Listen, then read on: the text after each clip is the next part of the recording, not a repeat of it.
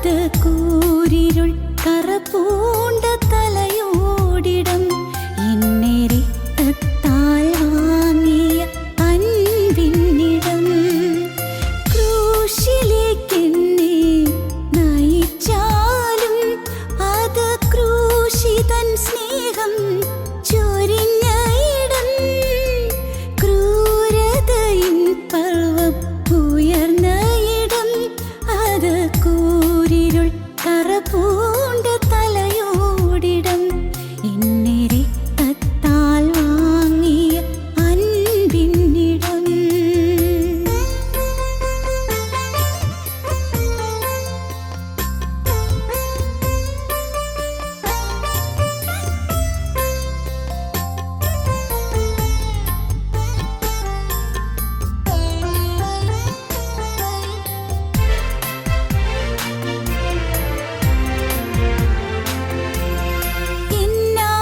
എന്നാത്മനൊമ്പരം തീർന്ന ഇടം അത് എൻ പാപപാശങ്ങൾ അഴിഞ്ഞ ഇടം എൻ ഭാവി സർവവും നീത ഇടം അത് എൻ തോഴനേശുവിൽ ചേർന്ന ഇടം ആ തൻ ജീവനിൽ പകർന്ന ഇടം എന്നാത്മനൊമ്പരം തീർന്ന ഇടം അത് എൻ പാപപാശങ്ങൾ അഴിഞ്ഞ ഇടം എൻ ഭാവി സർവവും നീത ഇടം അത് എൻ തോഴനേശുവിൽ ചേർന്ന ഇടം ആ തൻ ജീവനിൽ പകർന്ന ഇടം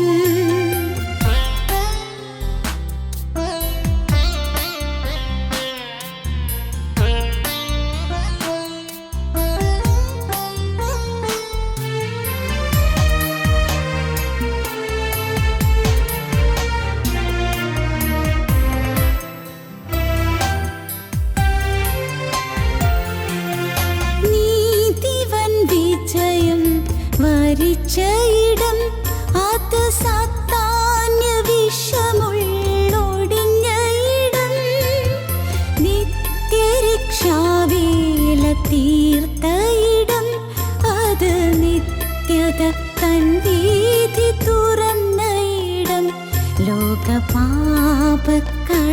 തീർത്ത കൃപയിന്നിടം നീതിവൻ വിജയം വരിച്ച ഇടം അത് സാത്താന്യ വിഷമുള്ളൊടിഞ്ഞ ഇടം നിത്യരക്ഷാവേല തീർത്ത ഇടം അത് നിത്യത തൻ വീതി തുറന്ന ഇടം ലോകപാപക്കടം തീർത്ത കൃപയിന്നിടം ക്രൂശിലേക്കെന്നെ നയിച്ചാലും അത് ക്രൂശിതൻ സ്നേഹം ചൊരിഞ്ഞ ഇടം ക്രൂരതയിൻ പർവ്വം ഉയർന്ന ഇടം അത് കൂരിരുൾ കറപൂണ്ട തലയോടിടം എന്നെ രക്തത്താൽ വാങ്ങിയ അൻപിന്നിടം ക്രൂശിലേക്കെന്നെ നയിച്ചാലും അത് ക്രൂശിതൻ സ്നേഹം ചൊരിഞ്ഞ ഇടം ക്രൂരതയിൻ പർവ്വം ഉയർന്ന ഇടം അത് കൂരിരുൾ കറപൂണ്ട തലയോടിടം എന്നെ രക്തത്താൽ വാങ്ങിയ അൻപിന്നിടം ഞങ്ങളും ക്രൂശിക്കപ്പെട്ട ക്രിസ്തുവിനെ പ്രസംഗിക്കുന്നു. ദൈവ തിരുനാമത്തിന് മഹത്വം ഉണ്ടാകട്ടെ. എഫേസ്യ ലേഖനം 6-ാം അധ്യായം 8-ാം വാക്യം, ദാസനോ സ്വതന്ത്രനോ ഓരോരുത്തരും ചെയ്യുന്ന നന്മയ്ക്ക് കർത്താവിൽ നിന്ന് പ്രതിഫലം പ്രാപിക്കും എന്ന് നിങ്ങൾ അറിയുന്നുവല്ലോ. ദാസനോ സ്വതന്ത്രനോ ഓരോരുത്തരും ചെയ്യുന്ന നന്മയ്ക്ക് കർത്താവിൽ നിന്ന് പ്രതിഫലം പ്രാപിക്കും എന്ന് നിങ്ങൾ അറിയുന്നുവല്ലോ. ഈ ഭൂമിയിൽ ജീവിക്കുമ്പോൾ നാം ചെയ്യുന്ന നന്മയ്ക്ക് കർത്താവായ യേശുവിൻ്റെ രണ്ടാമത്തെ വരവിൽ നമുക്ക് പ്രതിഫലം ലഭിക്കും. അത് അടിമയായാലും ശരി, യജമാനായാലും ശരി, ആർക്കും ക്രിസ്തുവിൽ നിന്ന് പക്ഷഭേദം കൂടാതെ നന്മ ലഭിക്കും, പ്രതിഫലം ലഭിക്കും. ഗലാത്യ ലേഖനത്തിൽ അപ്പോസ്തലനായ പൗലോസ് പറയും, ഗലാത്യ ലേഖനം 6-ാം അധ്യായം 8-ാം വാക്യം, ജഡത്തിൽ വിതയ്ക്കുന്നവൻ ജഡത്തിൽ നിന്ന് നാശം കൊയ്യും, ആത്മാവിൽ വിതയ്ക്കുന്നവൻ ആത്മാവിൽ നിന്ന് നിത്യജീവനെ കൊയ്യും. നന്മ ചെയ്യുകയിൽ നാം മടുത്തു പോകരുത്, തളർന്നു പോകാഞ്ഞാൽ തക്ക സമയത്ത് നാം കൊയ്യും. നന്മ നാം ചെയ്താൽ നന്മ നാം കൊയ്തെടുക്കും. ആത്മാവിൽ വിതച്ചാൽ ആത്മാവിൽ നമുക്ക് പ്രതിഫലം ലഭിക്കും. ജഡത്തിൽ വിതയ്ക്കുന്നവൻ ജഡത്തിൽ നിന്ന് നാശം കൊയ്യും, ആത്മാവിൽ വിതയ്ക്കുന്നവൻ ആത്മാവിൽ നിന്ന് നിത്യജീവനെ കൊയ്യും. നന്മ ചെയ്യുകയിൽ നാം മടുത്തു പോകരുത്. കാരണം തളർന്നു പോകാഞ്ഞാൽ, നന്മ ചെയ്യുന്നതിൽ തളർച്ച പറ്റാതെ നന്മ ചെയ്യുന്നതിൽ ഉത്സുകരായിരുന്നാൽ തക്ക സമയത്ത് നമുക്ക് പ്രതിഫലം സ്വർഗീയ രാജാവ് തരും. കൊലോസ്യ ലേഖനം 3-ാം അധ്യായത്തിൽ അപ്പോസ്തലനെക്കുറിച്ച് പറയും.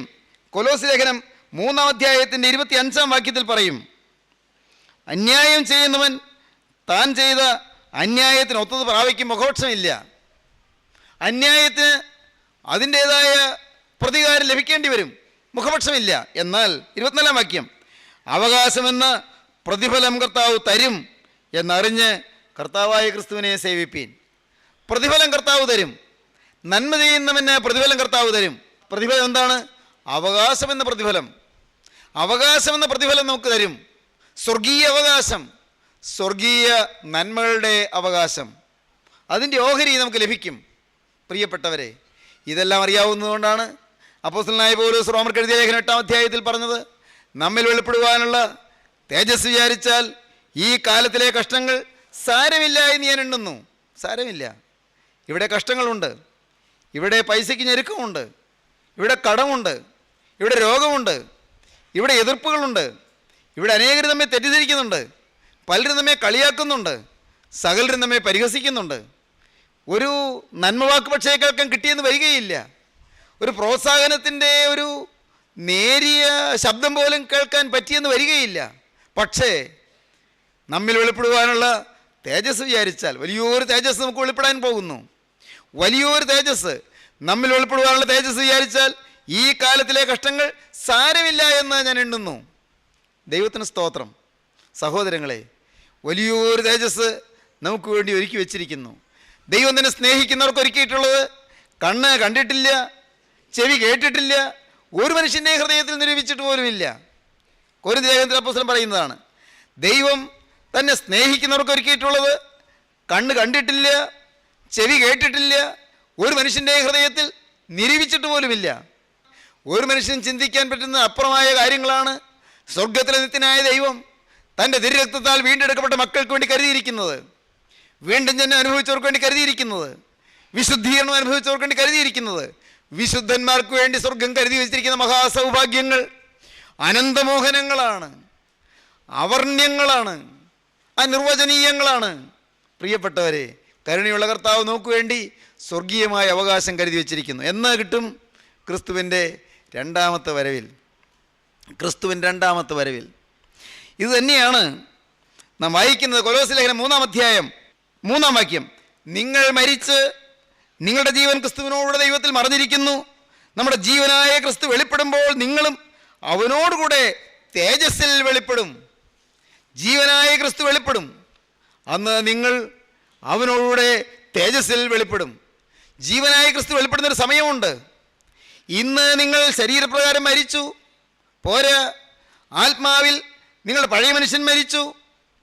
ആത്മാവിൽ പഴയ മനുഷ്യൻ മരിച്ചു, പഴയ സ്വഭാവം മരിച്ചു, പഴയ കോപം മരിച്ചു, പഴയ ദുശ്ശീലങ്ങൾ മരിച്ചു, പഴയ ദുഷ്പ്രവണതകളും ദുഷ്പ്രകൃതികളും മരിച്ചു. ഇതെല്ലാം പഴയത് മരിച്ചു. നിങ്ങൾ മരിച്ചു. എന്നാൽ നിങ്ങളുടെ ജീവൻ ഇപ്പോൾ എവിടെ? ഇപ്പോൾ നിങ്ങളുടെ ജീവൻ ക്രിസ്തുവിൽ മറഞ്ഞിരിക്കുന്നു. നിങ്ങൾ മരിച്ച് നിങ്ങളുടെ ജീവൻ ക്രിസ്തുവിനോടുകൂടെ ദൈവത്തിൽ മറഞ്ഞിരിക്കുന്നു. നമ്മുടെ ജീവനായ ക്രിസ്തു വെളിപ്പെടുമ്പോൾ, ക്രിസ്തുവിൻ്റെ രണ്ടാമത്തെ വരവിൽ നിങ്ങളും അവനോടുകൂടെ തേജസ്സിൽ വെളിപ്പെടും. തേജസ്സിൽ യേശുവിൻ പൊന്മുഖം ഞാൻ കാണും, കാലം ഇനി ഏറെ ദൂരമില്ല എന്ന് പാട്ടുകാരൻ പാടി. തേജസ്സിൽ യേശുവിൻ പൊന്മുഖം ഞാൻ കാണും. യേശുവിൻ്റെ തിരുമുഖം, ആ പൊന്മുഖം ഞാൻ കാണുന്നൊരു ദിവസമുണ്ട്, അത് തേജസ്സിലായിരിക്കും. സഹോദരങ്ങളെ, ക്രിസ്തു വീണ്ടും വരും. വീണ്ടും വരുമ്പോൾ വിശുദ്ധന്മാർ ഉയർത്തെഴുന്നേൽക്കും.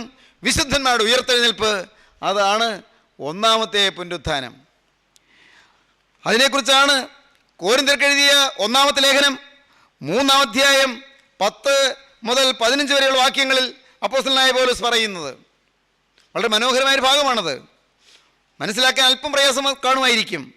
1 കൊരിന്ത്യർ 3-ാം അധ്യായം 10 മുതൽ 15 വരെ. എനിക്ക് ലഭിച്ച ദൈവകൃപയ്ക്ക് ഒത്തവണ്ണം ഞാൻ ജ്ഞാനമുള്ള ഒരു പ്രധാന ശില്പിയായി അടിസ്ഥാനമിട്ടിരിക്കുന്നു. മറ്റൊരുത്തൻ മീതെ പണിയുന്നു. താൻ എങ്ങനെ പണിയുന്നുവെന്ന് ഓരോരുത്തരും നോക്കിക്കൊള്ളട്ടെ. യേശുക്രിസ്തു എന്ന് ഇട്ടിരിക്കുന്ന അടിസ്ഥാനമല്ലാതെ മറ്റൊന്നിടുവാൻ ആർക്കും കഴിയുകയില്ല. ആ അടിസ്ഥാനത്തിന്മേൽ ആരെങ്കിലും പൊന്ന്, വെള്ളി, വിലയേറിയ കല്ല്, മരം, പുല്ല്, വൈക്കോൽ എന്നിവ പണിയുന്നുവെങ്കിൽ അവനവൻ്റെ പ്രവൃത്തി വെളിപ്പെട്ടു വരും. ആ ദിവസം അതിനെ തെളിവാക്കും. അത് തീയോടെ വെളിപ്പെട്ടു വരും.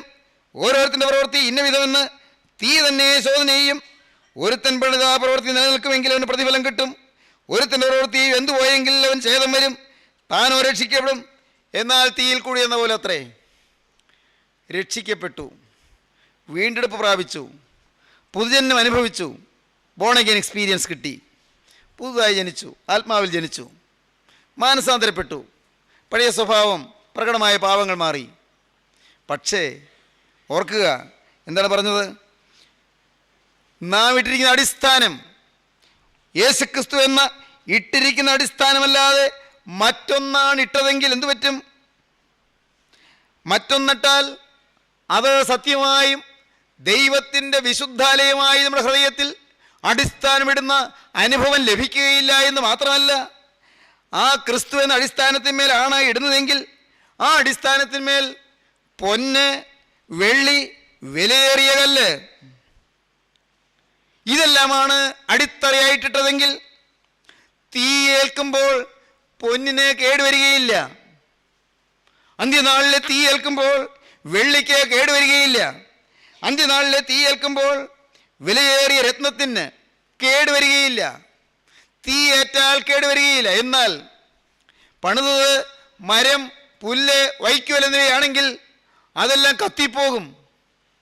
മരം, പുല്ല്, വൈക്കോൽ ഇവ കൊണ്ടാണ് പണിതതെങ്കിൽ, സ്ഥായിയായി നിലനിൽക്കുന്നതായ സമർപ്പണം ഇല്ല എങ്കിൽ, താൽക്കാലികമായ ഒരു വികാര തള്ളലിലുണ്ടായ ഒരു സമർപ്പണമേ ആയുള്ളൂവെങ്കിൽ, പ്രകടമായി പുറമേയുള്ള ചില പാവങ്ങൾ മാറി, എന്നാൽ ആന്തരികമായ പാവങ്ങൾ മാറിയില്ല എന്ന് വരികിൽ, അകത്ത് ഹൃദയത്തിൻ്റെ അടിത്തട്ടിലുള്ളതായ പാപപ്രവണതകൾ മാറിയില്ല എന്ന് വരികിൽ, മരം, പുല്ല്, വൈക്കോൽ തീയിൽ കത്തിപ്പോകുന്നത് പോലെയെല്ലാം കത്തിപ്പോകും. താനോ രക്ഷിക്കപ്പെടും, തീയിൽ കൂടി എന്ന പോലെ അത്രേ. കഷ്ടിച്ച് രക്ഷപ്പെടും, എന്നാൽ ദൈവസന്നിധിയിൽ പ്രതിഫലം കിട്ടുകയില്ല. ദൈവസന്നിധിയിൽ പ്രതിഫലം കിട്ടണമെങ്കിൽ പൊന്ന്, വെള്ളി, വിലയേറിയ രത്നം, ഇതായിരിക്കണം അടിത്തറയിന്മേൽ പണിയേണ്ടത്. എന്താണ് ഇതിൻ്റെ അർത്ഥം? നമുക്കെന്താണ് മനസ്സിലാകുന്നത്? എൻ്റെ പ്രവൃത്തി നിലനിൽക്കുമോ? നിലനിൽക്കുന്നതായി എന്തെങ്കിലും ഞാൻ ചെയ്തോ? ഞാൻ പ്രസംഗിച്ചു, അത് നിലനിൽക്കത്തക്കവണ്ണം എൻ്റെ സ്വയത്തിൽ നിന്നല്ലാതെ ക്രിസ്തുവിൻ്റെ മഹത്വത്തിന് മാത്രമായി, യേശുക്രിസ്തുവിൻ്റെ തിരുനാമ മഹത്വത്തിന് മാത്രമായി, സ്വർഗീയ രാജാതിരാജ പ്രസാദിക്കണമെന്നുള്ള ഏക ലക്ഷ്യത്തോടെ മാത്രമാണോ? അതോ എൻ്റെ പേര്, എൻ്റെ പുകഴ്ച, എൻ്റെ പ്രശംസ, എൻ്റെ സ്ഥാനം, എൻ്റെ മാനം, എൻ്റെ നിലയും വിലയും, എൻ്റേത്, എൻ്റെ പ്രസംഗം, എൻ്റെ ബൈബിൾ ക്ലാസ്, എൻ്റെ വചനനിശ്ചയം എൻ്റേത്, അങ്ങനെ വരുന്നുണ്ടോ? എങ്കിൽ അതെല്ലാം കത്തിപ്പോകും. ഓർക്കുക, അതാണ് പറയുന്നത്. താൻ എങ്ങനെ പണിയുന്നു എന്ന് ഓരോരുത്തരും നോക്കിക്കൊള്ളട്ടെ. യേശുക്രിസ്തു എന്ന ഇട്ടിരിക്കുന്ന അടിസ്ഥാനമല്ലാതെ മറ്റൊന്നിടുവാൻ ആർക്കും കഴിയുകയില്ല. ആ അടിസ്ഥാനത്തിന്മേൽ ആരെങ്കിലും പൊന്ന്, വെള്ളി, വിലയേറിയ കല്ല്, മരം, പുല്ല്, വൈക്കോൽ എന്നിവ പണിയുന്നുവെങ്കിൽ അവനവൻ്റെ പ്രവൃത്തി വെളിപ്പെട്ടു വരും. ആ ദിവസം അതിനെ തെളിവാക്കുന്നത് തീയോടെ വെളിപ്പെട്ടു വരും. ഓരോരുത്തൻ്റെ പ്രവൃത്തി ഇന്ന വിധമെന്ന് തീ തന്നെ ശോധന ചെയ്യും. ഒരുത്തൻ പണിത പ്രവൃത്തി നിലനിൽക്കുമെങ്കിൽ അവന് പ്രതിഫലം കിട്ടും. ക്രിസ്തുവിൻ്റെ രണ്ടാമത്തെ വരവിൽ മധ്യാകാശത്തിൽ ചേർക്കപ്പെടുമ്പോൾ വിശുദ്ധന്മാർ ഉയർത്തെഴുന്നേറ്റ് ചെല്ലുന്നതായ ഒന്നാമത്തെ പുനരുത്ഥാനത്തിൽ പ്രതിഫലം വേണമെങ്കിൽ പ്രിയപ്പെട്ടവരെ, ഇന്ന് നിലനിൽക്കുന്ന പ്രവൃത്തി നാം ചെയ്യണം. നിത്യതയിലേക്ക് മുതൽക്കൂട്ടുണ്ടാക്കുന്ന പ്രവൃത്തി നാം ചെയ്യണം. ഒന്ന് നിങ്ങൾ ചിന്തിക്കൂ, നിത്യതയിലേക്ക് നിലനിൽക്കുന്നതായി എൻ്റെ ജീവിതത്തിൽ ഞാൻ എന്തെല്ലാം ചെയ്തു? നിത്യജീവനിലേക്ക് നിലനിൽക്കുന്നതായി, നിത്യസ്വർഗത്തിലേക്ക് മുതൽക്കൂട്ടായി, നിത്യരാജ്യത്തിലേക്ക് മുതൽക്കൂട്ടായി, നിത്യരാജാതിരാജാവിന് തിരുമുൻപാകെ ചെല്ലുമ്പോൾ മുഖശോഭയോടെ നിൽക്കത്തക്കവണ്ണം ഞാൻ എന്ത് ചെയ്തു? എൻ്റെ ജീവിതത്തിൽ ഞാൻ എന്താണ് ചെയ്തത്? 5 താലന്ത് ലഭിച്ചു, അവൻ 5 താലന്ത് കൂടി നേടി. 2 താലന്ത് ലഭിച്ചവൻ 2 താലന്ത് കൂടി നേടി. 1 താലന്ത് ലഭിച്ചവൻ അവൻ ആ താലന്ത് കൂടുതൽ നേടിയില്ല, അവൻ താലന്ത് വിനിമയം ചെയ്തില്ല, അവൻ ആ താലന്ത് മൂടി വെച്ചു. മത്തായിയുടെ സുവിശേഷം 25-ാം അധ്യായം 11 വാക്യങ്ങൾ വായിക്കുമ്പോൾ കാണാം, താലന്തുകളുടെ ഉപമയിൽ നമ്മുടെ കർത്താവ് പറഞ്ഞു, 1 താലന്ത് ലഭിച്ചവൻ അത് ഒരു ഉറുമാലിൽ കെട്ടി മൂടി വെച്ചു. യജമാനൻ തിരികെ വന്നു. യജമാനൻ വന്ന് താലന്ത് കയറ്റി വാങ്ങിയവരെ വിളിച്ചു, അവരുമായി കണക്ക് തീർത്തു. കണക്ക് തീർക്കുന്ന ഒരു നാളുണ്ട്, എല്ലാം കണക്ക് നോക്കുന്ന നാളുണ്ട്, അക്കൗണ്ട് നോക്കുന്ന ഒരു ദിവസമുണ്ട്. അക്കൗണ്ട് എല്ലാവരും വന്നു, അവർ ഓരോരുത്തരുടെ അക്കൗണ്ട് നോക്കി. 5 താലന്ത് ലഭിച്ചവൻ 5 താലന്ത് കൂടെ കൊണ്ടുവന്നു. 2 താലന്ത് ലഭിച്ചവൻ 2 താലന്ത് കൂടെ കൊണ്ടുവന്നു. 1 താലന്ത് ലഭിച്ചവൻ അത് നഷ്ടപ്പെടുത്തിയില്ല. അവൻ അത് നഷ്ടപ്പെടുത്തിയില്ലല്ലോ എന്ന അഭിമാനത്തോടെ അവൻ അത് മാത്രം കൊണ്ടുവന്നു. 5 താലന്ത് ലഭിച്ചവൻ 5 താലന്ത് കൂടെ കൊണ്ടുവന്നപ്പോൾ യജമാൻ്റെ മുഖം സന്തോഷമായി. നല്ലവനും വിശ്വസ്തനായ ദാസനെ, നീ അല്പത്തിൽ വിശ്വസ്തനായിരുന്നു, ഞാൻ നിന്നെ അധികത്തിൽ വിചാരകനാക്കും. അവന് നല്ല അനുഗ്രഹങ്ങൾ പ്രദാനം ചെയ്തു. 2 താലന്ത് ലഭിച്ചവൻ 2 കൂടെ കൊണ്ടുവന്നു. നല്ലവനും വിശ്വസ്തനായ ദാസനെ, നീ അല്പത്തിൽ വിശ്വസ്തനായിരുന്നു, ഞാൻ നിന്നെ അധികത്തിന് വിചാരകനാക്കുമെന്ന് പറഞ്ഞു. അവനെയും സന്തോഷത്തോടെ ആശംസിച്ചു, അവൻ അനുമോദനം നൽകി, അവനെ അഭിനന്ദിച്ചു. 1 താലന്ത് ലഭിച്ചവൻ വന്നു, അവനും വിനയപൂർവ്വം നിന്നു. യജമാനെ, നീ ഒരു കഠിനാണ് എന്ന് എനിക്ക് തോന്നിപ്പോയി. വിതയ്ക്കാതെ നീ കൊയ്യാൻ വരുന്നവനാണ് തോന്നിപ്പോയി. വിതറാതെ കൂട്ടിച്ചേർക്കാൻ വരുന്നവനാണ് തോന്നിപ്പോയി. വിതയ്ക്കാത്തത് കൊയ്യുകയും വിതറാത്തത് ചേർക്കുകയും ചെയ്യുന്ന കഠിന മനുഷ്യനെന്ന് എനിക്ക് നിന്നെക്കുറിച്ച് തോന്നിയതുകൊണ്ട്, ഞാൻ നിന്നെ അങ്ങനെ അറിഞ്ഞതുകൊണ്ട്, നീ എനിക്ക് തന്നത് ഞാൻ ഒന്നും ചെയ്തില്ല, ഞാനതങ്ങനെ തന്നെ മറച്ചു വെച്ചു, അത് പുറത്തെടുത്തില്ല. എനിക്ക് തന്ന ടാലൻസ്, എനിക്ക് തന്ന ടാലൻറ്റ്, എനിക്ക് തന്ന താലന്ത്, എനിക്ക് തന്നതായ വിഭവം അത് ഞാൻ വിനിമയം ചെയ്തില്ല. കർത്താവേ, അത് മൂടി വെച്ചു, നിൻ്റെ ഇതായി എടുത്തുകൊള്ളുക. യജമാനൻ അവനോട് കോപിച്ചു, ദുഷ്ടദാസനെ, ദുഷ്ടനും മടിയനുമായ ദാസനെ, ദുഷ്ടനും മടിയനുമായ ദാസനെ. വളരെ കോപത്തോടു കൂടി യജമാനൻ പറയുകയാണ്, ശാസിച്ച് പറയുകയാണ്, നീ ദുഷ്ടനാണ്, നീ മടിയനാണ്. അവൻ ദുഷ്ടതയൊന്നും ചെയ്തതായി നാം കാണുന്നില്ല. എന്തെങ്കിലും ദുഷ്ടപ്രവൃത്തി ചെയ്തതായിട്ട് കാണുന്നുണ്ടോ? ഈ 1 താലന്ത് അവൻ വേണ്ടാത്ത കാര്യങ്ങൾക്ക് ഉപയോഗിച്ചതായി നാം കാണുന്നില്ല. പക്ഷേ അവൻ്റെ ദുഷ്ടത എന്താണ്?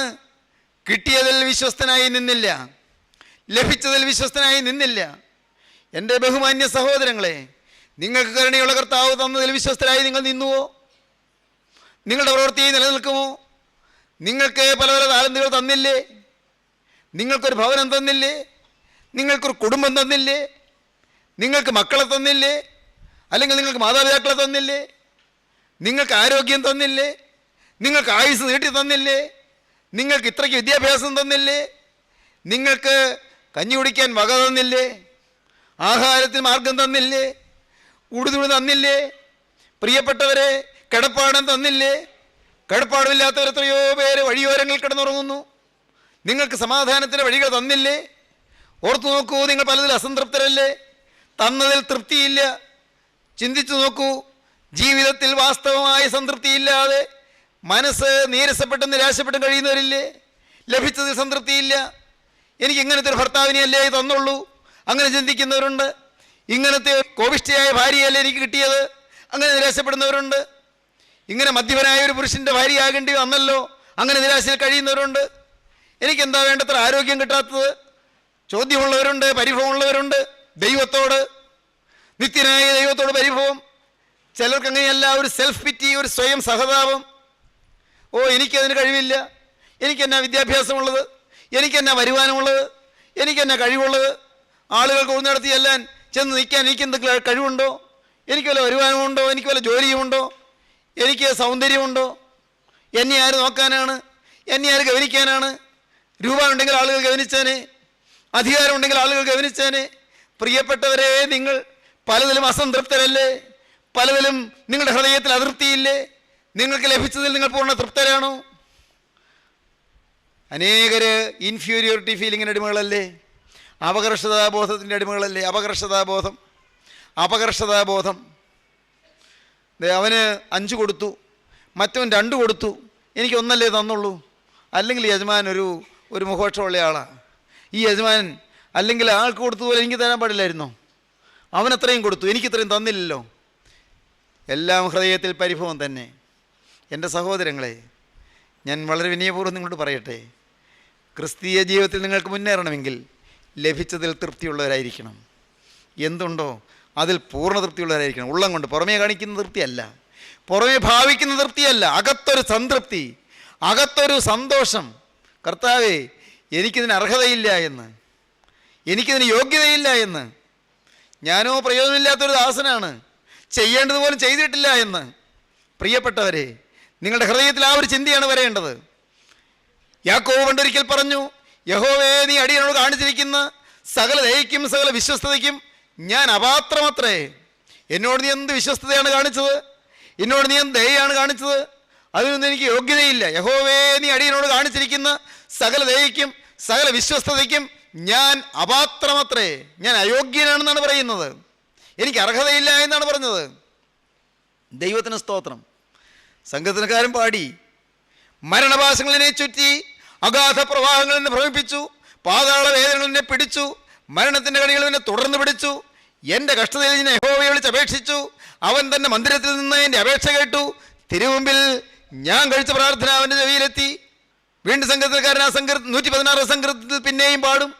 ഇങ്ങനെയാണ് പാടിയത്: അവൻ എൻ്റെ പ്രാണനെ മരണത്തിൽ നിന്ന് രക്ഷിച്ചിരിക്കുന്നു, എൻ്റെ കാലിനെ വീഴ്ചയിൽ നിന്ന് രക്ഷിച്ചിരിക്കുന്നു, എൻ്റെ കണ്ണിനെ കണ്ണുനീരിൽ നിന്ന് രക്ഷിച്ചിരിക്കുന്നു. യഹോവ എനിക്ക് ചെയ്ത സകല ഉപകാരങ്ങൾക്കും ഞാൻ അവന് എന്ത് പകരം കൊടുക്കും? സ്നേഹിതരെ, ദൈവത്തോട് നന്ദിയുള്ള ഹൃദയം, കിട്ടിയതിൽ സംതൃപ്തി. യജമാനൻ വരുമ്പോൾ പ്രതിഫലം കിട്ടണമെങ്കിൽ, നല്ലവനും വിശ്വസ്തനുമായ ദാസനെ എന്നുള്ള ഇമ്പനാദം കേൾക്കണമെങ്കിൽ, കിട്ടിയതിൽ സംതൃപ്തരായി കിട്ടിയത് വേണ്ടതുപോലെ വിനിയോഗിച്ചു കൊള്ളുക.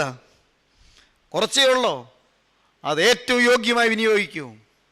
ചുരുങ്ങിയ ഒരു ആയുസ് മാത്രം, ഒരല്പം ആരോഗ്യം മാത്രം, ഒരു ചെറിയ വിദ്യാഭ്യാസം മാത്രം, ഒരു ചെറിയ ഭവനം മാത്രം, വലുതൊന്നുമില്ല കർത്താവേ, വലുതായിട്ടൊന്നുമില്ല കർത്താവേ. ഞാൻ പൂർണ്ണ തൃപ്തനാണ്, ഇതിനുപോലും എനിക്ക് യോഗ്യതയില്ല. എൻ്റെ ദൈവത്തിന് സ്തോത്രം.